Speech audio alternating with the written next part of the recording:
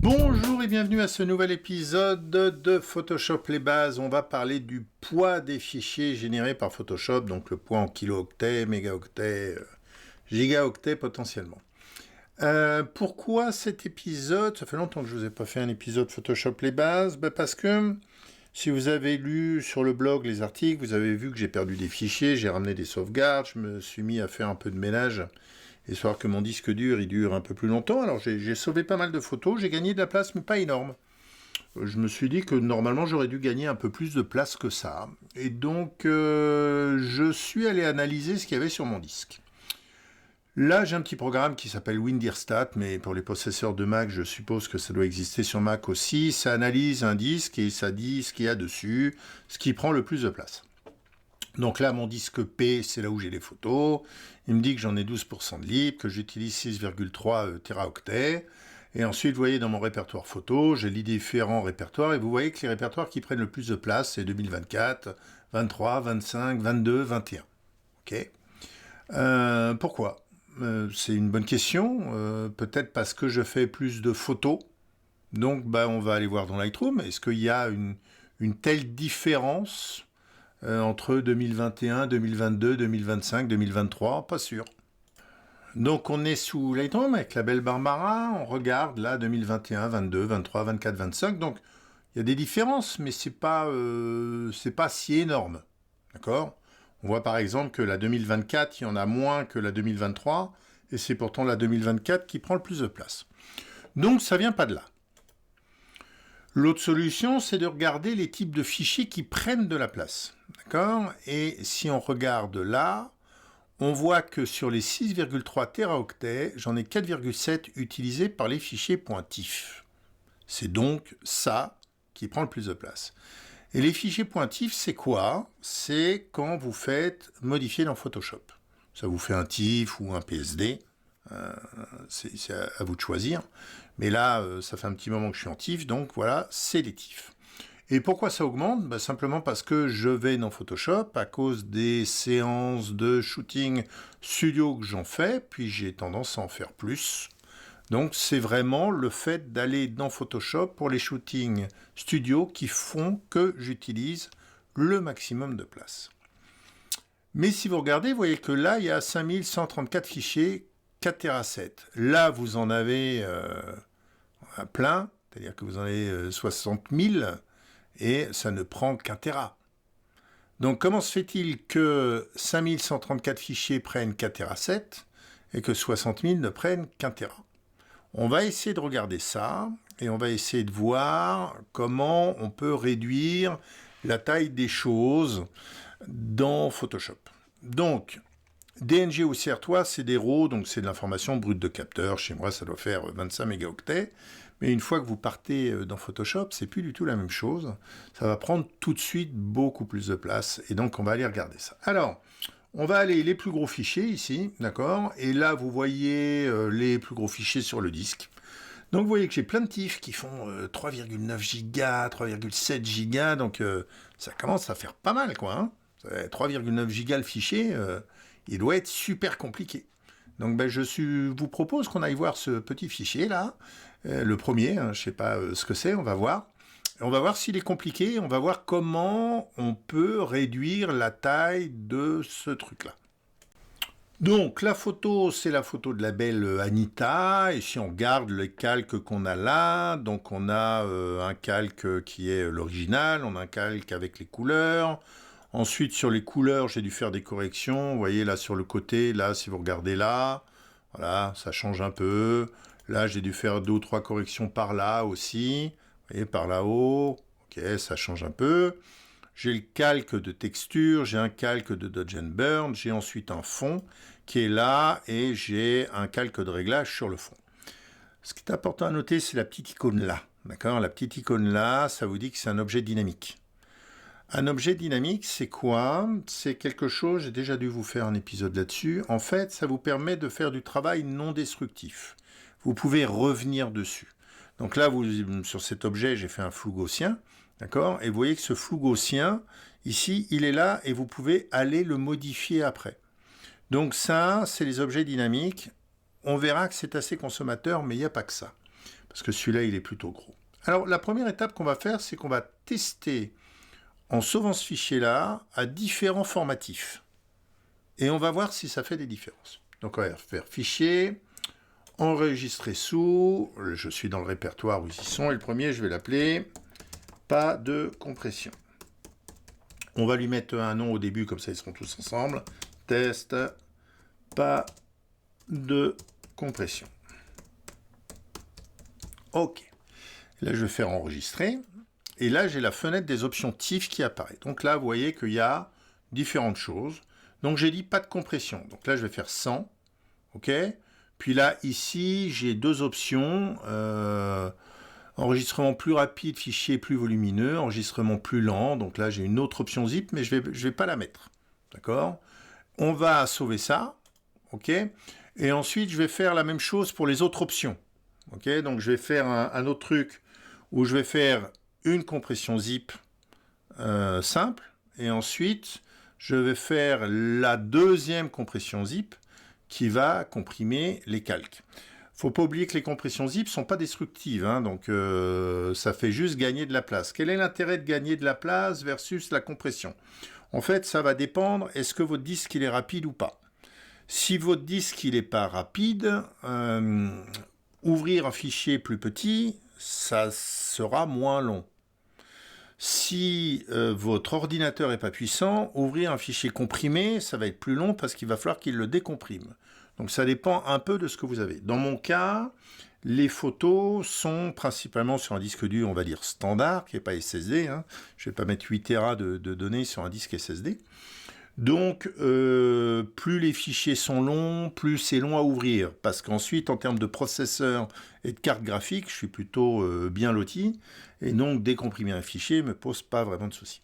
Donc là, j'ai fait la première sauvegarde. On va faire fichier enregistrer sous à nouveau. On va l'appeler test et on va l'appeler compression zip.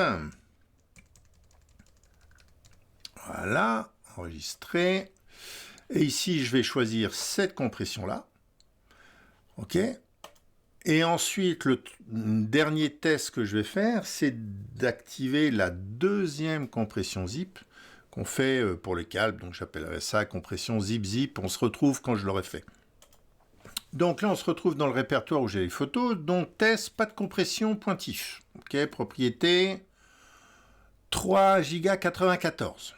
OK, le deuxième, c'est la première compression TIFF, propriété 3 Go 91. J'aurais pas tendance à dire que c'est négligeable, mais c'est pas terrible. On est d'accord que j'ai pas gagné énormément. Et la troisième, propriété 2 Go 46. Là, ça commence à devenir quand même assez sympa. C'est-à-dire que je suis passé de 3,94 à 2,46, donc en gros, j'ai viré 1 Go 5. Maintenant, pourquoi cette photo fait 2 Go 46? C'est énorme. C'est énorme. Il n'y a pas grand-chose dans cette photo. Donc, on va essayer d'aller voir pourquoi ça fait cette taille-là et comment diminuer la chose. Est-ce qu'on peut réduire ça fortement? Donc, dans la photo, vous avez vu qu'il y a différentes choses. Et en fait, la chose qui va être la plus consommatrice, c'est cet objet dynamique. Pourquoi? Parce qu'il est énorme. Alors, pourquoi il est énorme? Je vous montre édition, transformation, Omotici. Voilà. Voilà. Et si on regarde ici la taille du truc, on va réduire le zoom. Vous voyez, c'est un truc qui est énorme. Mais pourquoi il est énorme? Parce qu'en fait, ça vient d'une texture qui est par là. Mais en fait, ces textures, ensuite, je change la perspective pour le sol. Je mets une perspective plus grande sur le bas pour faire comme une vraie perspective. Et donc, en fait, à la fin, on se retrouve avec ça, qui est très, très grand, parce que j'ai étiré en bas. Et comme je lui ai demandé d'avoir un objet dynamique, donc déjà, il va me sauver ça, mais il va me le sauver pour qu'on puisse revenir dessus. Et donc là, ça explose les compteurs. Très clairement, ça va exploser les compteurs, parce que ce truc-là est énorme. Si je m'amuse à retirer le fait que ça soit un objet dynamique, hein, c'est ce qu'on va faire. On va aller là, on va faire clic droit, pixeliser. Voilà, transformation, j'avais rien bougé, mais c'est pas grave. On va faire pixeliser le calque, d'accord? Et là, on va faire fichier, Enregistrer sous et on va faire zip sans dynamique. Enregistrer et on va aller voir la taille qui fait ce truc là. Donc zip et zip c'est bon, ok. On se retrouve dans le répertoire. Donc on est dans le répertoire, pression zip sans dynamique, propriété, et là on est à 621 mégaoctets. Vous voyez, on est passé de 2 Go 46 à 621 mégaoctets. Donc votre manière de travailler dans Photoshop va vraiment impacter énormément la taille de vos fichiers. Maintenant, il faut se poser la question, le non destructif, c'est pour pouvoir revenir dessus. Là, très clairement, c'est une séance qui a été livrée, et même si je mets le fond en non destructif et que je veux y revenir, ça me prendra 2 minutes à rajouter le fond. Donc on peut vraiment se poser la question si on a des problèmes de taille, sur ce genre de choses, surtout pour des séances qui ont été déjà livrées depuis longtemps. On ne va pas forcément revenir dessus, et surtout si revenir dessus ne prend pas beaucoup de temps. Donc là, c'est ma méthode, on va dire, de travail qui fait que j'ai produit un fichier énorme. Et je pourrais très bien produire des fichiers qui sont beaucoup plus petits. Alors ça reste quand même gros, hein. Vous êtes parti d'un fichier qui fait 25 mégaoctets, on est à 621 mégaoctets. En fait, on va aller voir, éventuellement on peut faire le test à l'intérieur de Lightroom. Un simple fichier que vous envoyez de Lightroom à Photoshop, il va prendre énormément de poids. En fait, parce que le codage est totalement différent. Dans Photoshop, vous allez enregistrer une couche de rouge, une couche de vert, une couche de bleu, et tout ça en 16 bits. Donc ça va prendre beaucoup de place très rapidement. On va faire le test d'ailleurs après. Alors, ces histoires de zip, on va déjà regarder, est-ce qu'on peut les activer à l'intérieur de Lightroom. Donc je vous rappelle qu'il y a une compression générale zip, et ensuite il y a une compression zip par calque. Donc on va aller voir dans Lightroom, est-ce qu'on a les options. Alors on va dans modifier, préférences, édition externe, tout ça, ça se trouve là, ok. C'est dans les options qui sont là pour aller vers Photoshop. Vous avez TIFF ou PSD, et vous avez ensuite pour le TIFF la compression zip. Aujourd'hui, Adobe communique sur son site pour dire que le meilleur format pour aller de Lightroom à Photoshop et revenir, c'est le TIFF. Et il donne comme argument justement la compression. Ok. Simplement ici, le zip ici que vous avez, ben malheureusement c'est la petite compression zip. C'est celle qui fait gagner, qui passe de 3,94 Go à 3,91 Go. La compression des calques, Lightroom ne va pas l'utiliser. Pourtant Lightroom sait la lire, c'est-à-dire que si vous lui donnez un fichier .tif où les calques ont été comprimés en zip, il s'en sort sans aucun problème. Mais lui, quand il part en Photoshop, il le met pas en route. J'arrive pas à savoir si c'est un bug, ou si c'est un oubli, ou si ça a été fait exprès et pourquoi. J'ai posé la question à Adobe dans une communauté, on va dire comme d'hab, les gens d'Adobe ne répondent pas. J'ai posé la question dans une communauté plus réduite, où normalement ils sont censés répondre. Pour l'instant, ils n'ont toujours pas répondu. Donc on va voir un peu s'ils répondent, mais j'ai peur qu'on me réponde que bah non, ça a été fait comme ça, on ne voit pas l'intérêt de la chose. On va voir s'ils le prennent en compte ou pas. Donc aujourd'hui, en fait, si vous voulez utiliser le moins de place sur disque quand vous allez dans Photoshop, ben le mieux c'est d'utiliser ici PSD et pas TIFF. Parce que là, ben, c'est plus comprimé qu'en TIFF même compressé. On va faire le test d'ailleurs. Hein. On va partir d'une photo et puis on va essayer de la modifier en différentes versions. Donc nous voilà avec la belle Rachel, photo brute de fonderie, vous voyez, c'est un CR3, hein, donc c'est un RAW. C'est le TIFF il est à côté, là c'est bien le RAW. Et ce que je vais faire, c'est que je vais l'envoyer vers Photoshop en PSD, en TIFF non compressé et en TIFF compressé, et je vais simplement sauver. Je vais rien faire. Et ensuite, ce que je vais faire la même manip, mais je vais simplement créer des calques, d'accord ? Et on va voir la différence entre les différentes versions, d'accord ? Et la taille que ça peut prendre. Donc je vais faire les manips, je vais vous en montrer une pour que vous voyez ce que je vais faire. Je vais aller dans modifier, je vais aller dans préférences. Je vais choisir ici par exemple PSD, d'accord. Tout ça, je le reste en 16 bits, Pro Photo, très bien. Je vais faire OK. Et là, je vais faire dans modifier dans Photoshop. il va partir dans Photoshop, et dans Photoshop, je vais simplement sauver la photo. Alors, mon Photoshop est peut-être pas allumé, ah non, c'est peut-être parce que j'ai ce soft qui est en route, mais normalement, je vais retrouver la photo dans Photoshop. Donc, j'ai bien la photo dans Photoshop, et je vais simplement, ici, faire ça, et la sauver, et je vais pas aller plus loin, et je vais faire ça en TIFF non compressé, et je vais faire ça en TIFF compressé, et ensuite, je vous montrerai l'autre manip. Donc, j'ai fait la première manip, on voit le RAW, 25 mégas, d'accord. On va aller, celui-là, c'est le PSD, vous voyez qu'il fait déjà 184 mégaoctets. Donc là, j'ai rien fait. Je suis allé dans PS et je suis revenu 184 mégaoctets.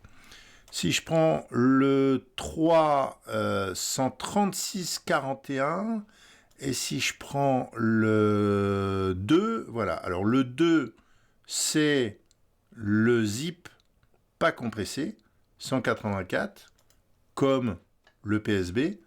Et si je prends le zip compressé, d'accord, là, je suis à 136. Donc si je fais rien, c'est le zip compressé qui gagne. Mais maintenant, je vais faire quelque chose. C'est-à-dire que je vais partir, je vais refaire, modifier, préférences. Je vais aller ici choisir PSD.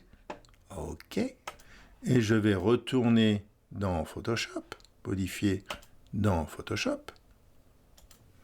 Dans Photoshop, je vais faire une ou deux manips. Donc, je vais faire des choses simples qui sont ce que je fais généralement, un split frequency. Je vais rajouter un dodge and burn et je vais harmoniser le fond. Voilà. Je vais faire ça pour toutes les photos. Et ça, je vais le sauver en PSD, en TIFF compressé et en TIFF non compressé. Et on va voir un peu la différence de chaque version.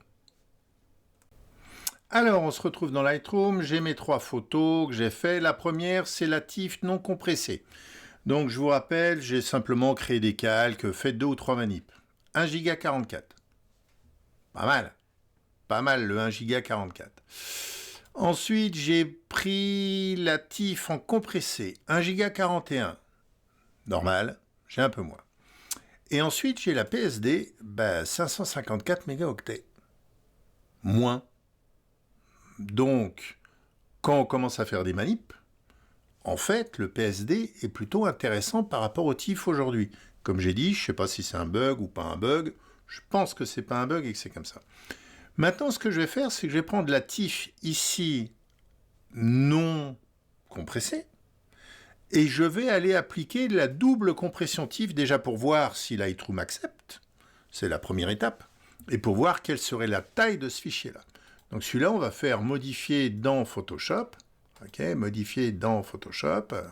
Et on va lui dire qu'on veut modifier l'original. Donc la double TIFF. Très bien. Et celle-là, ce qu'on va faire fichier enregistrer sous. On va l'enregistrer sous le même nom. Enregistrer. Il va dire attention, ça existe déjà. Oui, je sais. Merci. Voulez-vous le remplacer? Oui. Et on va lui dire, je veux une compression zip là, et je veux une compression zip là, et on va faire OK. Et maintenant, on va aller voir à l'intérieur de Lightroom ce qu'il en est.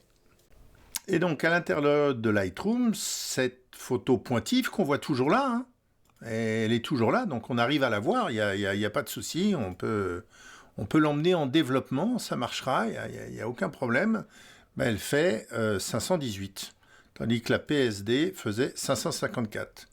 Donc, à partir du moment où on applique la double compression zip, c'est plus intéressant que le PSD, à part qu'en partant de Lightroom, ça ne le fait pas. Voilà. Donc, il faut que vous le fassiez à la mimine, comme je viens de le faire là, dans la manip. On va quand même aller vérifier qu'on puisse retourner, hein, et qu'on ait tous les calques, hein, modifiés dans Photoshop, modifier l'original. On se retrouve avec tous les calques, l'original, couleur, fond flouté, texture. On va même avoir le Dodge and Burn là-haut. Donc, on a tout ce qu'il faut. Ça marche. Cette double compression zip marche entre Photoshop et Lightroom. Simplement, dans Lightroom, elle n'est pas activée lorsque vous partez vers Photoshop. Voilà, ça vous a donné un peu un truc sur les poids. Donc, éventuellement, si vous avez des problèmes de disque, allez voir vos TIFF. parce que ça peut monter très très très vite. Vous voyez, pour un simple petit fond non contrôlé, je suis passé à une image de 4 gigas, pas loin, tandis que en plus, plus vous allez avoir un appareil, là actuellement je suis avec le R7 qui a 32 millions de pixels, beaucoup trop d'ailleurs. Ça fait des fichiers qui sont encore plus gros. Tout ça pour aller poster quelques images sur un site web ou sur Instagram. Ça fait un peu beaucoup de pixels. Je me pose la question d'ailleurs de revenir à quelque chose qui a moins de pixels. Mais ça, je vous ferai un petit article là-dessus. Voilà, c'est tout pour aujourd'hui. Merci, au revoir.